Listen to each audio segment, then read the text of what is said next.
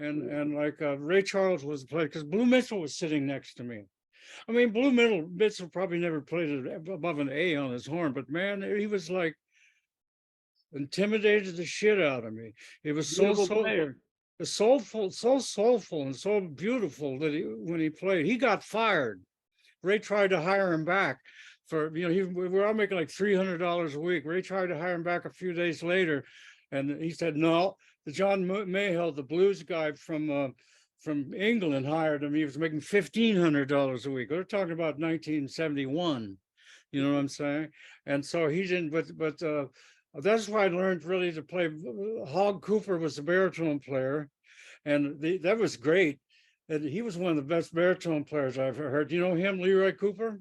No. Oh, he's one of the cats. And like one time something was wrong with his horn, and he played. So Ray lent him his alto, and he played the baritone parts on alto, and it sounded like a baritone. I swear to God, Wow.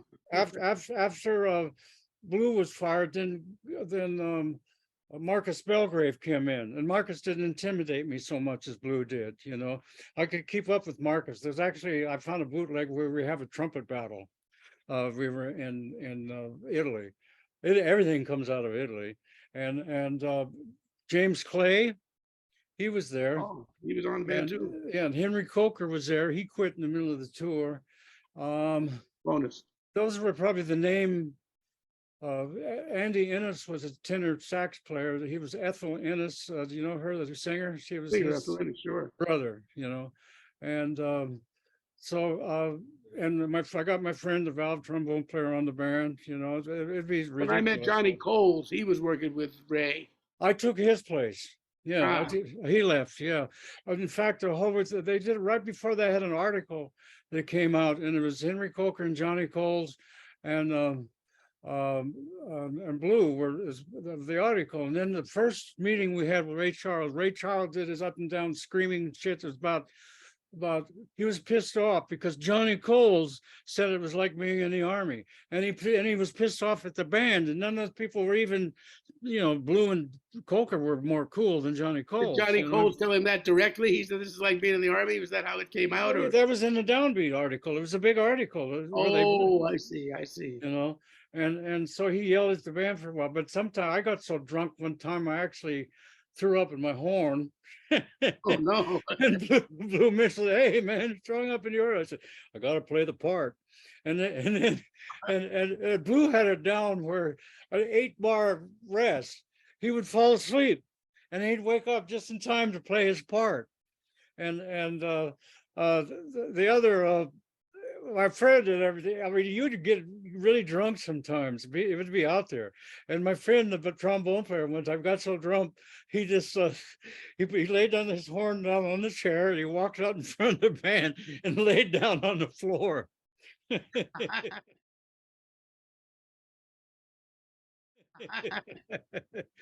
And so, we didn't get fined or anything, but it was and one time he thought he was being nice, like, we always wanted to eat or something after. No, we're going to get on the bus, and the thing, it was like one time he tried to get her. No, but Ray, we're tired, man. And he just started screaming, "We're going to go eat." The thing like that. But it was a lot of stuff. We had this road manager that was ridiculous. We would have to be there on the half. You had to be a half an hour early. If you didn't, you get fined. If you weren't on the bus a half an hour before it's supposed to leave, they'd take off without you. I mean, one time Marcus Belgrave actually was getting his foot ready to go on the steps, and the road manager closed the door in his face, and we drove 100 miles to a gig. One gig we showed up with like 8 people. That was even too much for Ray Charles, But this guy, another time we found this room in this hotel, and had 4 beds in it. We had to pay hotels in those days. Sometimes you'd ghosts. Did you ever do that? One guy sleep on the mattress and the other guy sleep on the box springs. Did you ever do that one? I never did. That's when you had to pay your own hotel. But anyway, this hotel had 4 beds in it. So we had the lead trumpet player, a guy named Frank Zabo, and me, and Jules Rowell, and Blue. were staying in this room, and this guy had nothing to do with anything. This guy reported us to the hotel for ghosting. We call that ghosting. And this guy was a real asshole. I mean, he This was slammed the like manager, road manager. road managers, yeah. And one time, we were in the dressing room, and this guy was having a heart attack of some kind. He's twitching all, he's laying on the floor, and everybody was standing around him, and the girls were running, "Oh, Mr. Briggs, you can call 911, Mr. Briggs, and he needs a doctor, needs a doctor." And I'll never forget, a lot of these people were standing around and said, "F him." Really? I might have been dying. He might have been dying. Yeah. Let him I mean, die. that shows you what, if you're going to be an asshole in the music business, what might come back on you. You know what I'm saying? It's, Well, no hate, hell hath no fury like a musician yeah. scorn. Well, we had an agent in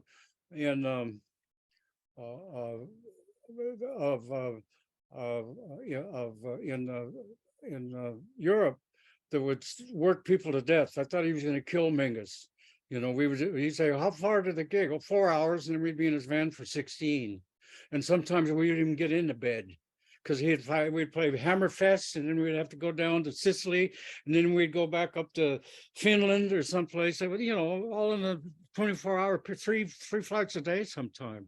And anyway, this guy was like, we're on the road and with Mingus Dynasty, and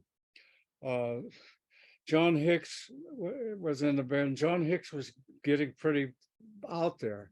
He would get out there sometimes if it was messed up, And so we played this gig, and then there's this thing called apple corn, which is a schnapps in Germany that tastes like apple juice. That you hardly taste any alcohol, but it's like, I don't know, 20%. You know what I mean? Like, yeah. And I had 2 bottles of that, and so he and Sue Mingus were hanging out, and I gave him the bottles of apple corn. And what had happened, Hicks was really down that day because he left his passport in the cart in the train station. Oh, and we were going to go home or go to England the next day, and so what had happened was he's really down, and when Vimvik came in, and he lost his airplane tickets, and Vimvik came in and he said to him, "Okay, John, I can get your passport for you tomorrow. But as for the plane tickets, you have to pay me back for the plane tickets for the whole tour." Hicks broke the bottle and was going to finish him off with the bottle, and Ronnie Barrage came in and pulled him off. and I would have stood by, because this guy really, I heard that Machito actually died on one of his tours. Ahmed Jamal was there with Frank Gant, and the guy got a wire, and Frank saying that Frank Gant's daughter had died in a car accident that morning. And so he, instead of going to Frank Gant, he went to Ahmed Jamal, and he said to the guy, he says, "Look, I got this wire that Frank Gant's daughter died today, but there's only 3 days left on the tour, and I don't know if I can get another drummer. Can you wait to tell him?" This is know him. Well, and, Walter Davis Jr. used to call him Dimwit. Yeah, well, we called him Dimwit too. Was Dimwit. Yeah, but then we were going. It was another punchline. After that, he got his passport back. We were going through, and he gave his thing to Sue, his passport to Sue. He said, "Sue, you better hold this." And Sue got drunk on the plane to England and lost his passport. And what? He said what? She lost his passport. So 2 days in a row, his passport got lost. But the thing about the follow-up was when he was going to kill him, and he says, "Oh, Jack, what you got to do is you got to attack Vim with a lead pipe."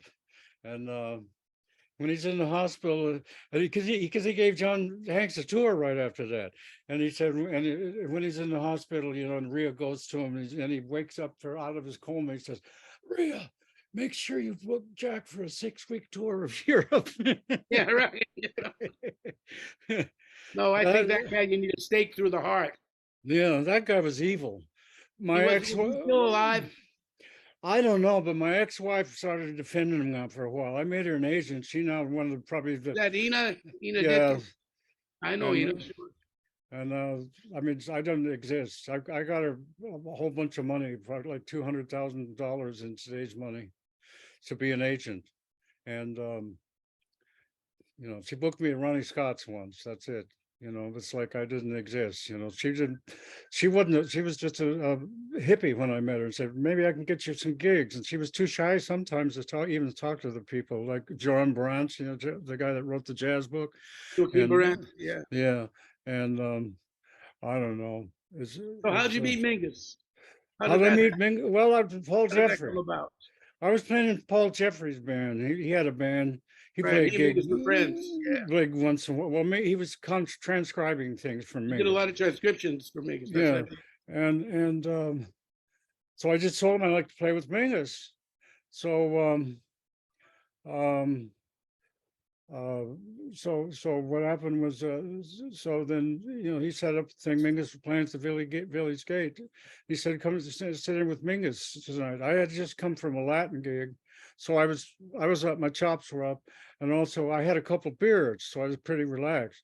And I sat in with him. I only had a quartet then, and he pulled out his hardest stuff, like a Jive 5-4-4. Remember that one? And Big Alice, Don That we never Pullen's played. tune. You never played that one? Never played that one. We played That's Reincarnation of Lovebird. that's that's even a harder version of Freedom Jazz Dance, and I played through him, and I don't know. A couple of days later, he called me to join his band, and it was a couple. We had 2 weeks at the Vanguard. That was my first So gig. was that you, George Adams, Don Pullen, and Danny? And Mingus. Who was in it when you did it? Well, when I did it, Danny was on the road with Mark Almond, the British rock band. So Roy Right. Brooks was the drummer, Right. Okay. and he had George and Don Pullen, and there was a couple of different trumpet players. There was a guy Ron named Charles Hampton. McGee who did it for a while. Then Ron Hampton did it for a Right. while. Um, Howard Johnson used to sit in with us regularly because we were 6 nights a week at the 5 spot, Yeah. Yeah. which was called Two Saints, but it was the 5 spot. Yeah. Yeah. And the first time I sat in with Mingus was at the Jazz Workshop, and I was supposed to join him then. That was in 1971, and his book came out that summer. Yeah. And he canceled the tour of Europe, and I was supposed to replace McPherson, and he had actually John Foster was playing piano, Okay. good friend of Jackie Byard, and he had McPherson and Bobby Jones. Yeah. Mortality rate with Mingus is pretty high, wasn't it? Yes. Those guys died before Mingus. Yeah. Yeah, and Bobby, I'd known Bobby in New York. I met him. I played a jam session with the Peter LaBarbera vibes player. He was married to Joan LaBarbera at the time. Wow. And so you were there with George and the band that the rest. And were you there when Danny Richmond walked in the club? I heard he just walked in and took over the drums from that No, point. I had left the band. We were supposed to go to California, and I wasn't getting along with Don Pullen Oh, very okay. well. And Mingus explained to me that if he were to fire Don, then George would go too, and Oh he would yeah. have the two of them. And if he Yeah. fired me, then he just lost me. So, Well, when Don left, George did stay for another year. uh, You know. well, that would have been nice. I kind of got along with George. Don was a little weird to me. We talked about that. Yeah, I got along with Don. Don and I became pretty close, very close actually. We even had to sleep in the same bed once in a hotel in Italy. It's a big bed, nothing Yeah, like that. well, I won't go into my story with him. He was just not a. But we, at first he was kind of standoffish and a little weird. They both were, um, George pulled his razor on me once. He always pulled it on everybody. He pulled it on Mingus once Oh too. yeah, George told me one night he was going to get me after the gig Yeah. because he didn't like me playing. He was in the dressing room and he was going his with the overtones, Yeah, and I started playing my overtones because I was actually just trying to see how he did it. yeah, I was only 20. I'm sitting there trying to see, and I'm doing that. He says, "Don't you ever do that? You making fun of me? yeah. You doing that?" I said, "No, man. I'm just trying to play what you're playing." He said, "Well, no, that's my shit. You stop it. You don't play my shit." He said, "I'm waiting for you after the gig tonight." And you know, Was I it this with George? We were playing in the Ambassador Hotel, and you know where Bobby got shot, Bobby Kennedy. I played a gig in that room actually once. But actually, we were playing in Ambassador Hotel, and George was staying upstairs. He was like 15 minutes late for the gig. And so he was kind of weird. And we came off on the break, and he said, "Yeah, George," a compliment. And he said, "Say what you really mean, mofo." And he pulled out his razor, and I would have had. I wish I had a chair. That was Mingus's weapon of choice, a right, chair. right, And but then I found out I let him slide because I found out that he just found out that his mother had died. And he mentioned that the next gig we went to Oregon, and we played in this club, and these two guys were trying to break it in the comedy scene, and they would open for Mingus. They would get Mingus gigs and open for him. They had the most negative comedy that you've ever heard in your I life, can only imagine the comics and that open for Vegas. people were booing and everything. We played in this club, and they were so bad that the audience actually picked them up bodily from the stage and threw them out in the street. No, really, Yeah, that's how yeah. bad they were. That's But as yeah. far as Well, so, I think Doug Hammond was playing when Danny Richmond walked in. I yeah, met because Doug played a little bit with us too. On nights, I met Doug in California. I played with him. I would play.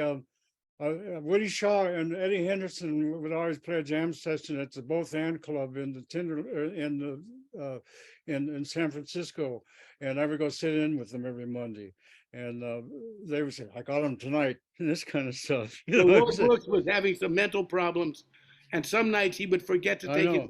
medicine. He had certain medicine that he had to take, or like antidepressant or some kind of Yeah, thing. And that's when Doug Hammond sometimes subbed for Roy Brooks on those gigs when Roy would be incapacitated because of his yeah. mental state. The end of the funny thing with George Adams, though, it's so funny. It's like I say, and I realized he was putting me on because I say, George, you want to fight? Come on, I'll fight you on the bandstand. Come on, I'll cut your ass on the bandstand. I'm saying this. He says, no, man, on the bandstand, you're my buddy. Yeah, I know he went off on me once, and he started doing something wrong, and I did it along with him, and he went off on me on the bandstand, and but anyway, uh, yeah, I would have killed him then also. He's one of the two people in my life that I actually wanted to kill at one time or another. But the thing with the Mingus thing was like I had gone to Oakland after LA. The music was better because the better players were up there, Jules Broussard and uh, uh, I forget his name, old man thing, but better players. And also, I formed a band with a bass player named Paul Jackson and Mike Clark, and we had a band together, and uh, they became headhunters with Herbie Hancock. Right. So And you had been working on some of that material with them, right? well, it wasn't the material. We were working on those feelings. We did those things. I remember when it happened. They did a tune called Mike Clark's one of his claim to fame called "Actual Proof," where it's hard to know where one is and everything. And it was like I had played with Gaylord Birch was the drummer subbing for Mike one. I had this steady gig in this club, and I had this tune that I would play that had this feeling and call and I told Paul, I told him, I said, look, I like the funk or the rock feeling, but do it like jazz, mix it up and you don't have to pound out a backbeat. Who And so said that? I told this to Paul and Gaylord, and then the next time when Mike came in, Mike Paul explained it to him, and that's the feeling they were playing on their best funk thing they did with uh, Actual Proof. Kirby. There's the best so-called jazz fusion thing. I think there's a record called Flood, where it was a Japanese thing, only Japanese for years, where they play this tune, Absolute Truth, and Herbie plays acoustic piano, and it's the best jazz rock, if you want to call it that. It's just pure. It's what what we were looking for. It's a real. There's no reason we can't play some funk and jazz. I mean, it's funny that jazz is awfully late sometimes to pick up on things. Like it took them years to pick up on reggae. I like the reggae feeling. I wrote a reggae, but a contrafact based on the changes of the second movement of Beethoven's Symphony Number 7. Really? I'll take the weirdest things. So I was reading a Harry Parch book, and I read some of this stuff, and just think. One time I was driving in Montana, and on the radio, a Led Zeppelin record came on. I listened to everything, and they played this lick. And I went and I started writing a tune based on the rhythm of the lick, and basically I just kept the rhythm, but the tune ended up being one of those extended half an hour things, like Mingus would do, Right. like, so I listen, I check out everything, I mean, I like things that people wouldn't think I like. There was like, I mean, nowadays pop music is crap. I mean, I'm basically, people, the older generation used to be shocked by the younger generation's music, but now for the last 30 years or so, it's been just um, uh, boring. You know Well, what I mean? melody and harmony have kind of disappeared. I know, I You know, know, that's but there was a couple in the early '90s. I like this guy named Nine Inch Nails, a guy named Trent Reznor. He said, "I'm in Stockhausen, but with the rock from." He writes a lot of movie soundtracks now. He was like they call it this industrial. They call it. I kind of like that. I did a thing. Did an electronic music piece on one of my CDs called it Industrial Sonata. It's on YouTube, and anyway. Also, I like this guy. I liked where he was at. Now he ends up writing big time soundtracks, and wears a suit and all that. And there's another group called Portishead, what they call trip hop. That was a genre I like. It's very slow kind of music and dark sounding kind of music. The singer, it's like sound like Billie Holiday, kind of like really, Billie Holiday, yeah.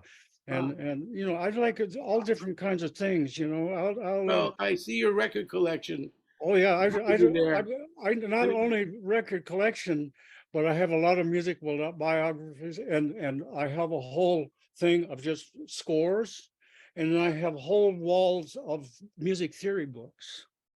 So I've never stopped learning. Sometimes I'll test myself. I have a recording of a tune.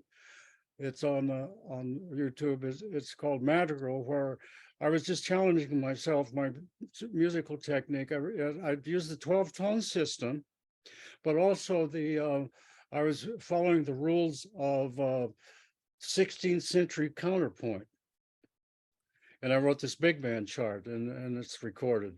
So really, yeah, and I mean, sometimes I just like to keep it up sometimes. I've written tunes with 12 tone rows and stuff, I mean, you got to hear it.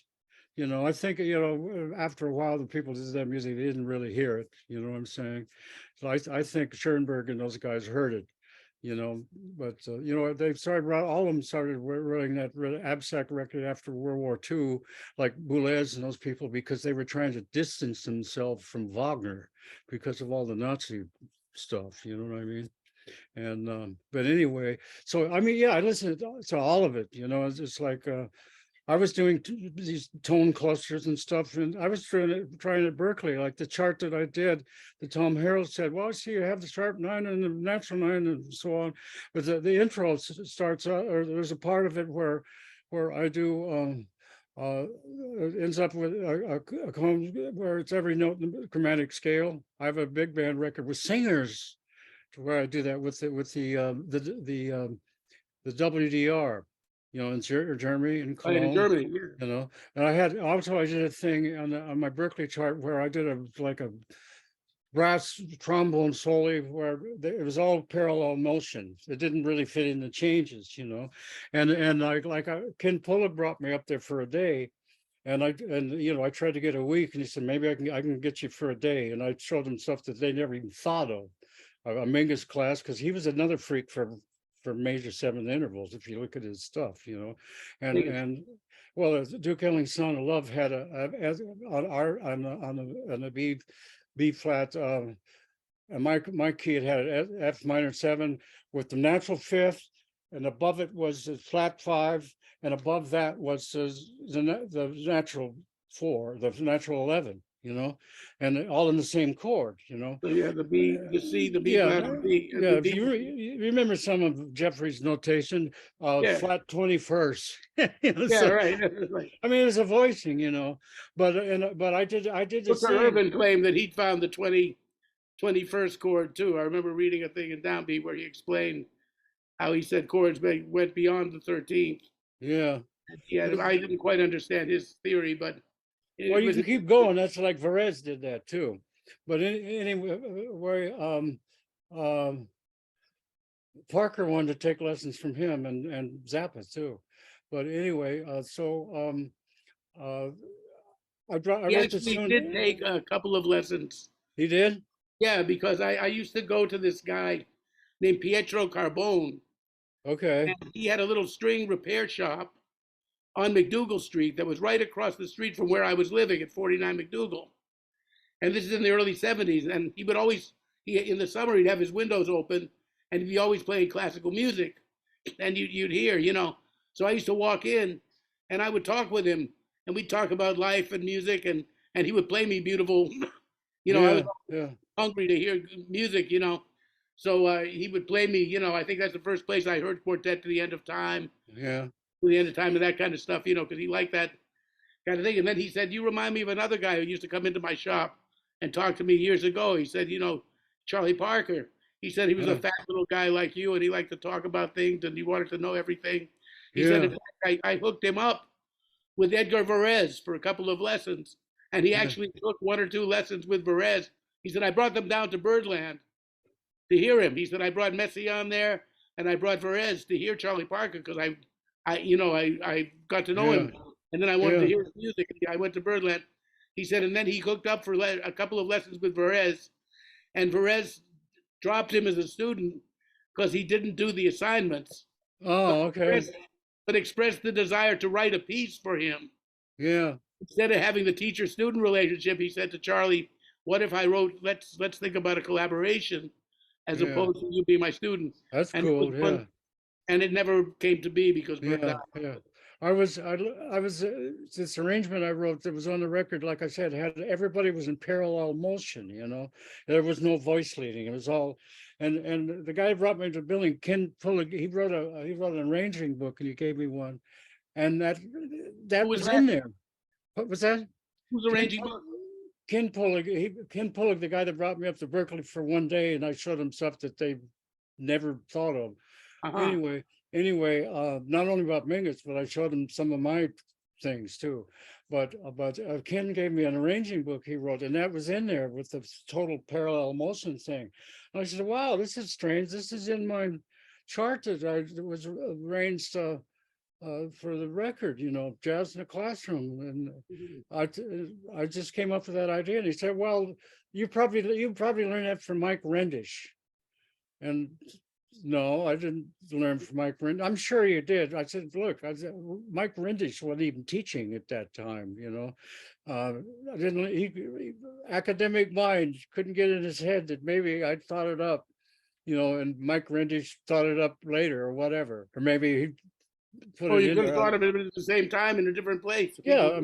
Mike Rendish actually gave me an F one time because toward the end of Berkeley, they were trying to be like a college. Because in those days, you go to college, if you didn't go to class, they didn't give a crap. You either wanted to learn or you didn't, right? And so, like, I would cut a lot of classes, especially Santizi's. Today, we're going to teach you constant structure, and that was it. So I didn't have to go to every class. And Mike Rendish would teach something, spend a month on it or something. So What was constant structure? Ray Santisi. I mean, it's Ray like, was a great piano. different. Well, he had it limited to different minor chords in any random order or major chords in random order. And uh, uh, so and my and that's all it was. But I've done that with a lot of different chords anyway. If you're gonna, you can. I'll tell you another story that Mingus said. I don't know if it's true, but anyway. So he even fired me. I would go in and I would do all get A's on all my projects because I didn't go for maybe a couple of weeks. It's just the same shit over and over again. And they were thinning everything out. And he tried to fire me. I said, what is this? I got A's. I did all the work. Oh, I'll give you a C. Why are you from So, the class? You mean this? fire, no, not fire me, but give me an F in my last year, This was because of rendition. attendance, but I did all the work and did all the, but anyway, so that was that. But what is interesting is Dizzy Gillespie or Mingus, I don't know if it's true or not, said Dizzy Gillespie's tone, the tune, Wouldn't You? Right. He said Dizzy told him that all those, the first 8 bars, all those chords are all major 7 chords. What do you think of that?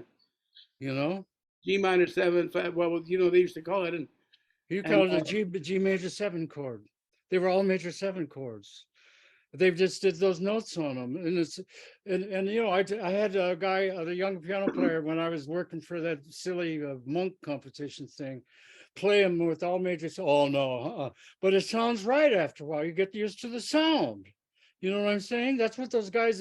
If you listen to the early bebop, even that Dave Brubeck record I was telling you about, is that stuff? The early stuff is pretty wild. I have the score to Israel on the John Creasy thing, and on the Verses of Cool, and he'll have you say C major 7, and he would have like a D flat, an E flat, a B flat, or an A flat, maybe 3 of those notes on that chord. It was out there. Like Art Barron said, the Duke Ellington's music was all, he just wrote C7, F7. He didn't write a bunch of, he just put them. Well, I'm still. I've got to wrap my head around that at a different time to see how that could be major 7, because I know that those cats used to think of the minor, of what they call a half diminished chord, as a minor 6 with a 6 and Yeah, they would do that. bass. Yeah. So that's what you would think, and I guess that B flat minor 6 with the G in the bass is a little bit like a D flat major 7 flat 5. I won't go through that now. Yeah. But someday you should explain that to me. But instead of like, I think of, what is it? What's it start out in concert? It's a G minor 7 flat 5 to C7 flat 9 or something. The first bar of Wouldn't You? Well, you have a G major 7 to C major 7, and they would play that melody on it. A lot of them were like the people would like, if you listen to old blues, But like with an F natural in the melody, it's kind of strange because your first melody note. Well, yeah, but you get used to it because it's consistent. You know what I'm saying? And it's very advanced sounding. Just like if you listen to old blues people, you listen to many old blues like Son House and all these kind of people. I've heard some of it. Yeah. They put when they get to the 4 chord, they will put a major 7 for the 4 chord a lot of times. Mingus wrote a tune called Nod in Your Head Blues. Nobody ever played it like that, or they don't know. Cy Johnson came in with a bunch of wrong stuff, but Mingus didn't know what he's doing. Yeah, he knew what he was doing. It's Nod in Your Head Blues. It's a blues in F, and when you go to the B flat, it's a major 7 chord on the 4 chord. That's the old stuff. That's the really old stuff. They played, I played when I first got to LA, my first gig was it was the blues guy named Jimmy McCracken. And he was one of those people, and he would play a major 7 every time there was the 4 chord would come up. They would do that, but they would be playing blues in F, B flat became a major 7. Yeah, but they would sing an A flat or something, or play an A flat on top of it. On top of the A natural. Yeah, that's how I came to the idea to put all the natural 9 and the sharp 9 in the same chord. I mean, because you're going to play the natural 9 anyway sometimes, and like also notice, like I said with the Sonny Rollins, I was looking at Sonny Rollins, and he's playing this one thing, and there's this dominant chord, and bam, whole note. It's a G7 chord, and bam, F sharp. Well, Miles on Walking, for example, plays a lot of major 7s. Yeah, and the well, one chord. Ecclesiastics has a whole note on right before they go da da da that it's a G7 with a major seven that goes up. The beboppers would play major sevens on those Yeah, chords, you major know. seventh on the one chord is not something that's, I mean, it's common in bebop. Yeah, yeah. That, Well, they were that, doing on dominant chords. They played major sevens. yeah, well, That's what's you know. And people now they just I don't know they well actually now what bothers me is most of people now I don't hear a lot of melody because it's a lot of running scales and chromatic scales and stuff. I mean, but it's uh, nice when you have the major seventh on the one chord and you hold it, it turns into the 13th or the four chord, right? yeah, but I mean the thing is a lot of chromatic stuff and um, it was I mean, you're going to make the changes if you play the chromatic scale because you get with every chord you got about almost 8 possibilities. So, Yeah, but now I got to get on to one thing I want to talk about a bit. The how you left Mingus and you stayed friendly with him. I mean, did you experience? I know he went through a terrible. It was a very sad ending to his life with. yeah, well, it's interesting. He asked me he gave me pretty much free reign on writing music for his last records. I mean, there was um, a record called Free Worlds of Drums that was like it had lasted half an hour. And he was just doodling on the piano. And he said, make a tune out of this and write an arrangement. So actually, he didn't even have a tune. So I made up a head and arrangement. I did a bunch of stuff.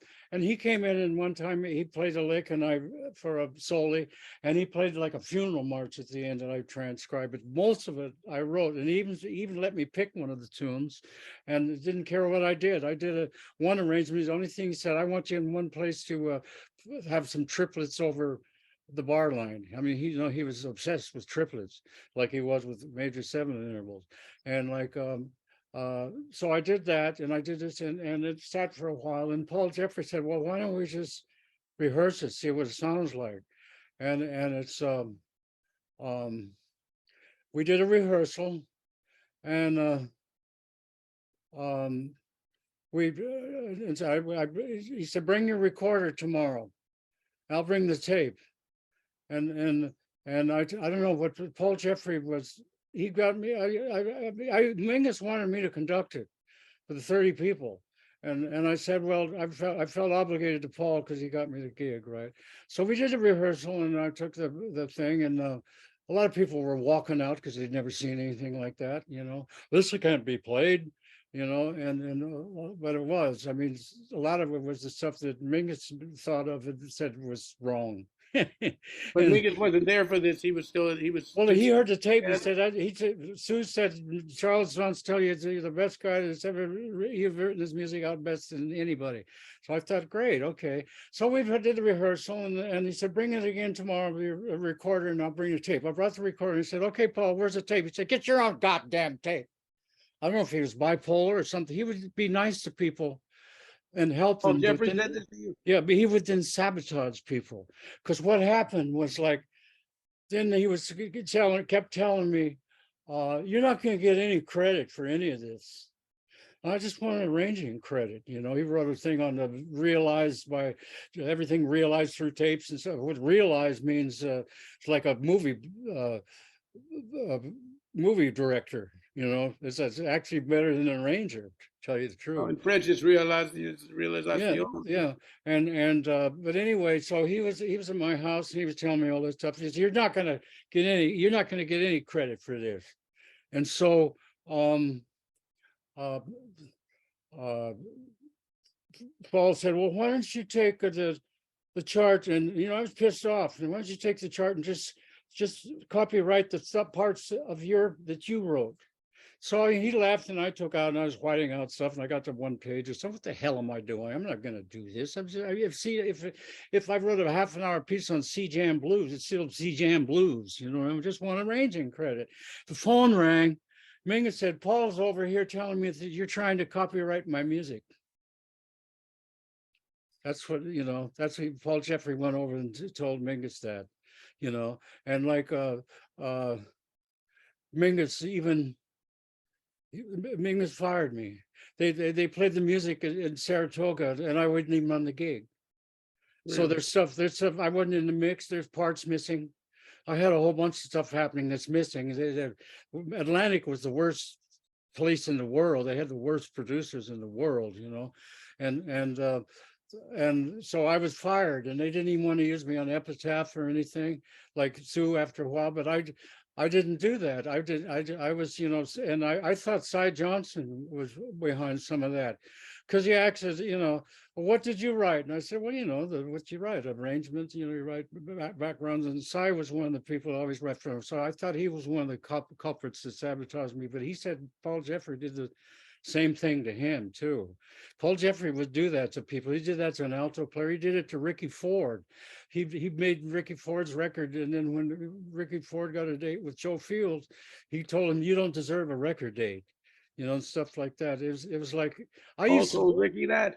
I would go out of town. Paul lived down the street from me in Coney Island. I would let him use my car, you know, and he just, you know, he started doing all that, you know, it was just, you know, sabotaging people and stuff, you know. Sorry to And hear that. I like Paul. I didn't know him well, well. that's the way he would act when you first met him.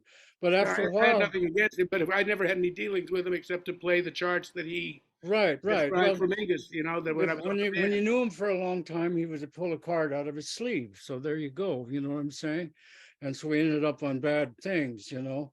And uh, So how's your book coming along? You're writing a no, I haven't done anything since the 90s. I've met a guy in Montana. A lot of weird people live in Montana, movie actors, writers, and the guy that was a guy named Tim Cahill was out there. I've seen Um, that name. he used to write for Rolling Stone. So I asked him to help me find an agent, because Nat Hintoff said I should need it. I sent him some stuff. And he said, this is good and important because you did it. We only saw it, you know, and he was going to help. That was in the 90s, you know. And ultimately, along with him was a guy that just moved to this town in Montana that was the jazz critic for the LA Times. I forget his name. And also there was people, like a lot of people lived there. Ted Turner lived out there. Every time I go there, I go to this restaurant he owns out there, you know, and a lot of movie actors, Whoopi Goldberg, the Bridges, all those people, they lived in a place called Paradise Valley. And, you know, for a while they were making more movies in Montana than any place except Hollywood. So you still go Because back to Montana sometimes? I'm not lately, too many Confederate flags. I have no ties anymore. You know, I have no, I'm broke. You know, I go there. Actually, I did go back there once in 2016 or 15.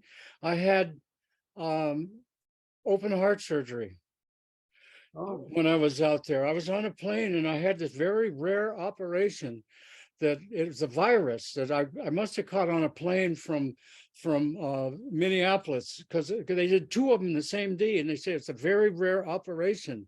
But I thank God it was done there, because it's part of the Mayo Clinic. And came back to New York, and they had these. I would have to come in every other day, and they check my blood. They had this machine, and I'd have the results right there. And when I came back to New York, they didn't even know about the machines. And they took my blood once, and I never did get results. You know, and I mean, New York is backward. So a lot of times things in those places, you know. But it was the Mayo Clinic, and you can't do any better than that, you know. And they didn't charge me a dime either. I went on a Monday. I had open heart surgery around noon, and I went home on Friday around noon. and what year was this? This was a, I think it was 2016, maybe, oh, so you that, know. And I've had to go back several. They've given me wrong medication here. I've had to go back several times. I had a fibrillation. I've been shocked half a dozen times, you know, clinically dead half a dozen times. One time they shocked me, and they didn't even put me out first. They just gave me some of the fentanyl. It said this will help with the pain, and they took me, and like bam, man! I was like, whoa! It was like getting hit with a truck, you know. wow. You let they clear that thing, you know. And Anyway, we are just about out of time. Actually, you know, okay, I mean, we could keep talking. I'm fascinated by all your stories and well, everything, we'll and maybe do another one we could sometime, you do it. know. I'd love to do another one. Yeah. do a part two. You know, I wanted. Part two, exactly. So we look forward to part two. Okay, well, And it's good to see you again, and your health is, how's your health? I know you had problems for yeah, a well, I while. still got emphysema, you know, but I can play my horn, and you know, I can talk. Yeah, But yeah,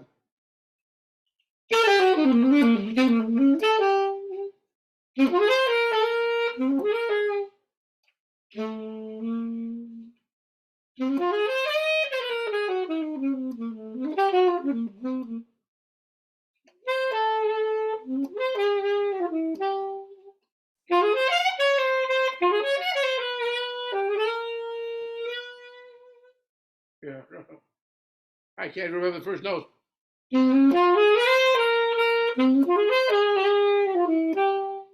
There it is. Sorry.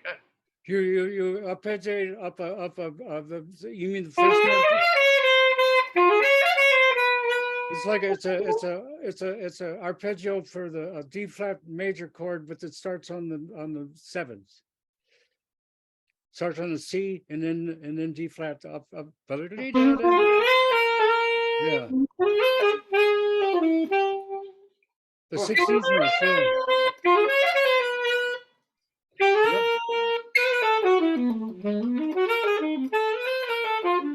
Yeah, yeah,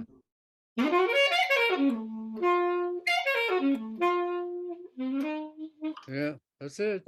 Yeah, wait. So your health has been good lately? I had a weird thing lately. I was playing a gig at the. I got a grant. Smalls was giving grants and making recording of people. This little club, because he made a lot of money during COVID for streaming. He was Right. streaming these things, and he had. I got a grant. I was doing a record. Well, I did a weekend right before I was going to record this record. And it was a weird weekend, you know. The first night, Ronnie Broads was a substitute drummer. He fell out. He fell out on the drums, and they had to come get him. And he fell out twice more. He was something wrong with him. Well, the How is he next now? night, well, he's okay now. He was going through had a heavy anxiety. And the next night, my legs wouldn't. I couldn't make it up the stairs, and it was weird. And then I had the rehearsal the next day, and then the next day I was supposed to record, and then all of a sudden the side of my mouth would get very loose. I play the head and play one chorus, and it would get messed up. It was like I had Bell's palsy once when I first went to LA. I couldn't play for like 3 weeks, and it was the same feeling, but only on this side of my mouth. And then I went to Arizona because I missed the Mingus thing, the 100th anniversary, because the hospital screwed it up, and they screwed up putting in a pacemaker. They did it wrong, so they had to keep me more days. So I had to miss this gig in Arizona, which was making. So, but they brought me out there this year because he still had the same ticket, and it was the same thing. It's like I had, after a while, it would just give out, you know. It's like paralyzed, you know. But it seems to be okay now. Maybe it wasn't the first time I had it, the doctor said, well, you had Bell's palsy. Another doctor, well, don't tell him that, because, you know, he pinched a nerve or something. Tom Harrell told me a very funny Bell's palsy story. This is a long time ago. He said played with Horace Silver, and he was in England, and suddenly he had Bell's palsy. I said, what'd you do? He said, well, I couldn't play any long notes, so I just played a lot of short bursts of phrases, you know, and I got through the concert.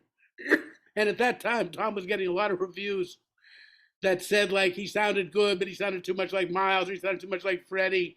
There were always these kind of things. He said with the Bell's palsy, he got the best review he had ever got in his life. It said Tom Harrell played completely originally. Yeah. A style that was never heard before. I know. Well, yeah, go ahead. He said that was it. He said it was all because of Bell's palsy.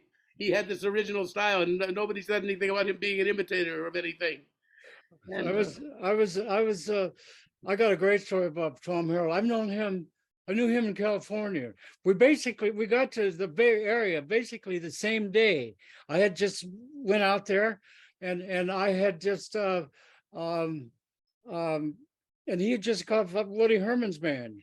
And then we basically left the same day. I drive to New York. I said, I had it in my mind I was going to play with Joe Henderson or Mingus. So when I was driving to New York, and I couldn't play with Joe because as I was driving to New York, Joe was flying to Oakland, but Paul left, or Tom left with Horace Silver about the same day, same time, and everything. And like we were on George Gruntz's band one time, and George would always get the worst saxophone player section in the world.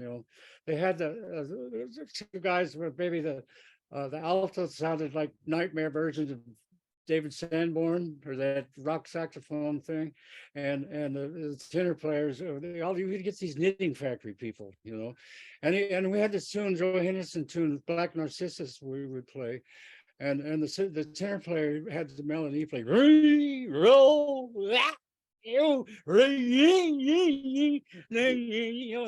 we're at the airport one time, and you can scope on Tom Harold. I knew him a long time, known him 50 years, and so the thing was that we were at the airport, and Tom and Steve were there, and Steve brought up this thing. He says, "Man, how can a guy ruin a pretty little tune, play like that on a pretty little tune?"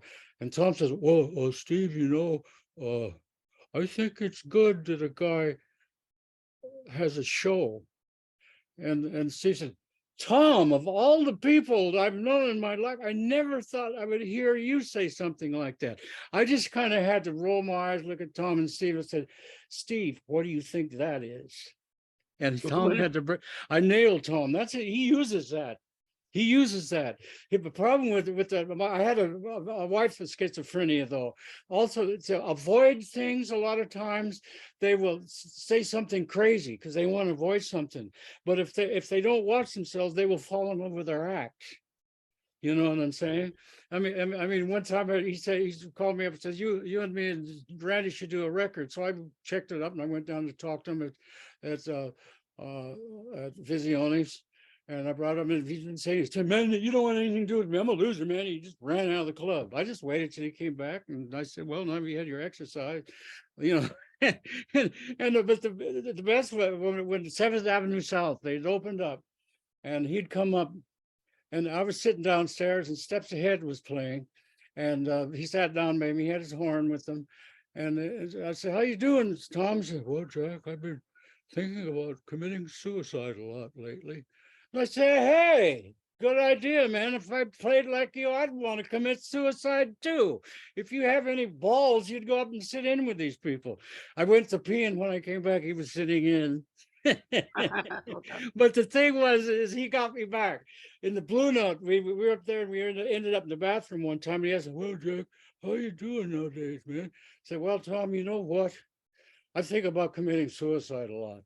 He said, "Oh, you can't think like that. You got to look at each day as a brand new adventure." I said, "Okay, Tom, you got it right on."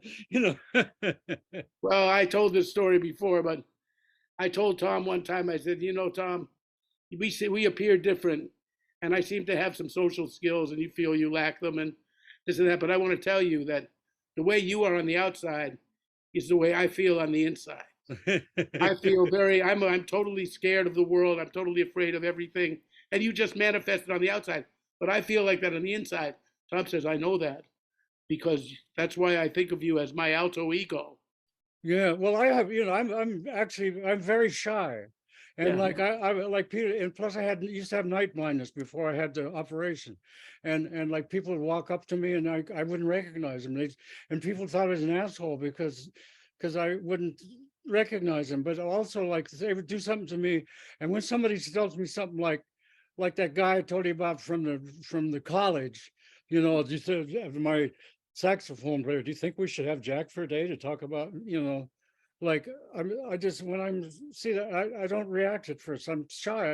I'm like slack jawed at first. It comes out later. So people think I'm weird or something, but no, some people are just shy. I think I found that out about Steve Coleman too. I think he was just shy. I have other opinions, but anyway, let's get off. I want to say thank you. We got to end this. Okay. Done. It's kind of over the time, and Jesse's got a lot of editing to do, boy. I mean, not Okay. that much we need to be edited, but there's got to be some in there. Anyway, I want to thank Jack Walrath very much for his stories, his wisdom, and this wonderful time that we've had talking about this world of music and the life that goes with it. And thank you very much, Jack. It's a Yeah, real thank pleasure. you, thank you. I And just, I just like to, another thing about Tom. Tom would kind of piss me off sometimes because I felt every time I go see him, I felt like I have to sit in the front row to catch him when he falls off the stage. But I notice when he's got somebody challenging him, there's none of that. You know, he's just right there. You know, I like Tom. You know, I gave him my house to stay in when he first came to New York. I was up in the Catskills for a week, and he didn't have any place to live, so I gave him, he and his girlfriend. But yeah. Okay. So let's yeah, do this again. So it's good to see you, man. I'm glad you we're still too. here. How I'm old are you glad to be now? here too. I'm 71, I'm 77. 77. Yeah. Yeah. I'm still looking for the lost chord. Yeah, me too. I'm trying to find it. I was sick, you know, I was in the hospital for a week or so with I had COVID for the first time. I Yeah. haven't had it and a little touch of pneumonia, but I'm better now and I feel good. And, Well, you know, I they just had, had moments where, they kept me for 10 days. When they screwed up my monitor, they had to keep me in there for 10 days because they tested me for COVID and said, you're okay. 3 hours later, they tested me again and says, you test positive for COVID. So they had to keep me there for 10 days. I yeah, well, lost this it. happened to me too. I mean, the night before, the afternoon that I got into the hospital, I tested, it was negative, but when I arrived at the hospital, they said you're positive. So Right. who And, knows? Yeah, and I didn't feel one symptom at all. And yeah, I didn't either. It was I know. weird. I healed fast. I think I will have like dental surgery, and then the next day I'm healed. You know, it's It's weird. weird. Yeah. Anyway, we got to go. Want to Okay. and if you've enjoyed this show, those of you that are watching this, you know, as they like to do, of course, Jack and I didn't get to our social media being anti-social media, but Yeah. on your social media, it's nice if you give us a like, and that helps. You know, at Bob Mover, it's Jazzability. I Okay. believe that's the right way. Jesse is nodding. Will this be on YouTube Said it also? correctly. And we thank you, and we thank Jack. And you know, we have some next Thursday. We'll be with you with another friend. Not Okay. sure yet. Well, Thanks again, listen. Jack. Okay. Thanks very much. Thank you. Thank you, Jack. Bye to Okay. both of you. Thanks, Okay. Jess. Bye Bye. bye.